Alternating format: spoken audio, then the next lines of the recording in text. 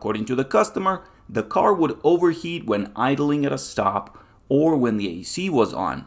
These two are the symptoms of a bad radiator fan, because it's supposed to pull air across the radiator when the car is at a stop or when the air conditioning is on.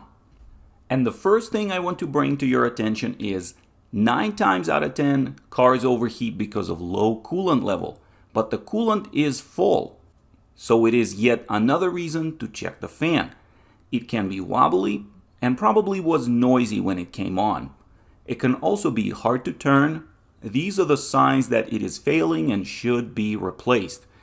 If it doesn't come on when the engine runs hot or when you turn on the AC, check your fuses. If the radiator fan fuse is blown, replace the radiator fan. Don't try to just replace the fuse, it will blow again. Now, replacing the radiator fan on this car is a fairly simple job. It just takes a couple of tools and some patience. So the first thing we're going to do is remove this engine cover.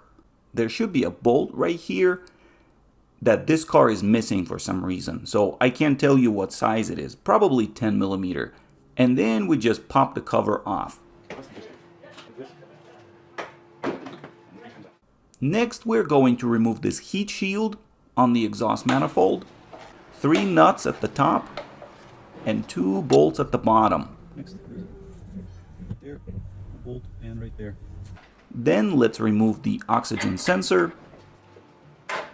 I didn't even unplug it, I just twisted the wire until the sensor came out and moved it out of the way. And the heat shield is out. Next, let's move this expansion reservoir out of the way. There are just 2 hooks that need to be pried off. Slide the whole assembly to the side and it should come right out. There is also this piece at the bottom that snaps into this opening. Let's place it out of the way. Next, disconnect this connector. Undo the retaining clips on the harness.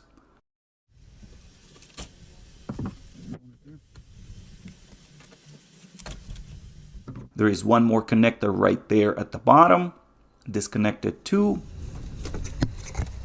First, you need to pull this yellow tab back, and then you'll be able to disconnect it.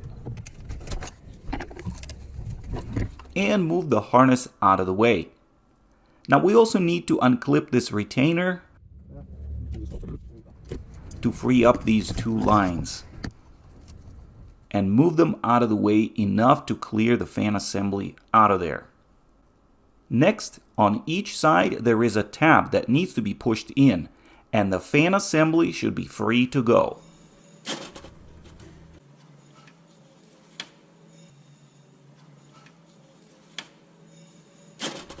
And now we can pull the fan assembly out of there. Just take your time, carefully working it out of there, moving hoses and lines out of the way.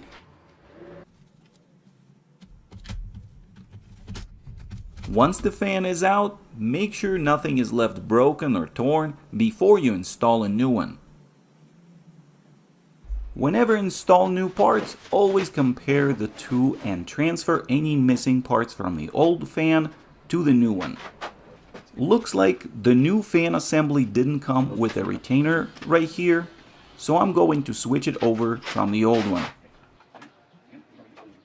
And in the same manner, slowly and carefully work the new fan assembly into place.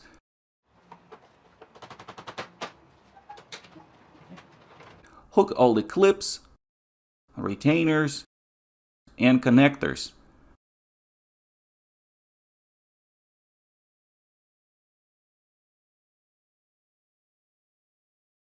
Put the expansion reservoir back in place. Install the heat shield and the engine cover. Put some anti-seize on the threads of the O2 sensor. Tighten it up. Don't forget to install a new fuse if the old one is blown. and check the fan operation. I have a scanner to activate fan relays.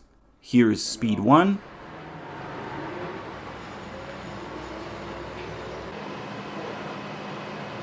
I'm going to turn it off.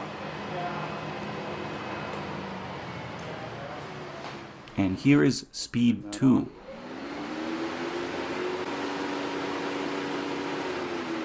Without a scanner, you can turn the AC on for speed 1